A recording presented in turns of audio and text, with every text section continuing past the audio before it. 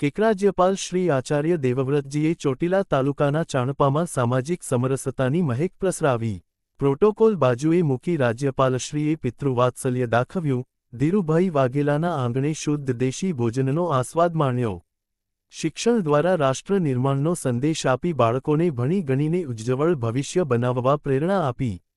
રાજ્યપાલ શ્રી આચાર્ય દેવવ્રતજીએ ચોટીલા તાલુકાના ચાણપા ગામની મુલાકાત દરમિયાન સામાજિક સમરસતાનું એક ઉત્તમ ઉદાહરણ પૂરું પાડ્યું હતું.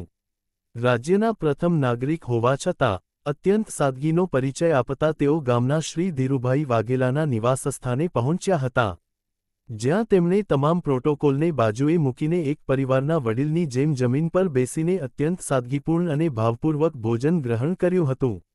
રાજ્યપાલશ્રીએ ચૂલા પર બનેલા બાજરાના ગરમાગરમ રોટલા, બટાકાનું શાક, દાળ, તાજું માખણ અને સલાડ જેવા શુદ્ધ દેશી ભોજનનો આસ્વાદ માણતા જૂની સ્મૃતિઓ તાજી કરી હતી. તેમણે સહજતાથી જણાવ્યું હતું કે ગેસની રોટલી કરતાં ચૂલાની રોટલીનો સ્વાદ અદ્ભુત હોય છે, જે બાળપણની યાદ અપાવે છે. મુલાકાત દરમિયાન રાજ્યપાલશ્રીએ ધીરુભાઈ વાઘેલાના પરિવારના સભ્યો સાથે આત્મીય સંવાદ સાધ્યો હતો. તેમણે પરિવારના સભ્યોના ખબર અંતર પૂછ્યા હતા. પિતૃતુલ્ય વાત્સલ્ય સાથે તેમણે બાળકો સાથે વિશેષ સમય વિતાવ્યો હતો. બાળકો કયા ધોરણમાં અભ્યાસ કરે છે તેની પૃચ્છા કરી તેમણે જણાવ્યું હતું કે શિક્ષણ જ પ્રગતિનો એકમાત્ર માર્ગ છે. તેમણે બાળકોને મન લગાવીને ભણવા અને માતાપિતા સહિત દેશનું નામ રોશન કરવા પ્રોત્સાહિત કર્યા હતા.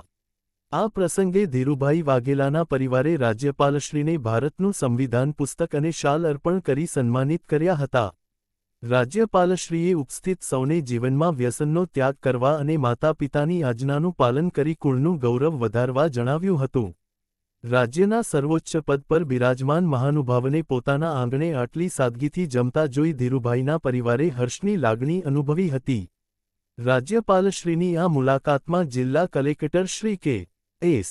યાજ્ઞિક, જિલ્લા પોલીસ અધિક્ષક શ્રી પ્રેમસુખ ડેલુ, પ્રાંત અધિકારી શ્રી હરેશ મકવાણા ઉપસ્થિત રહ્યા હતા.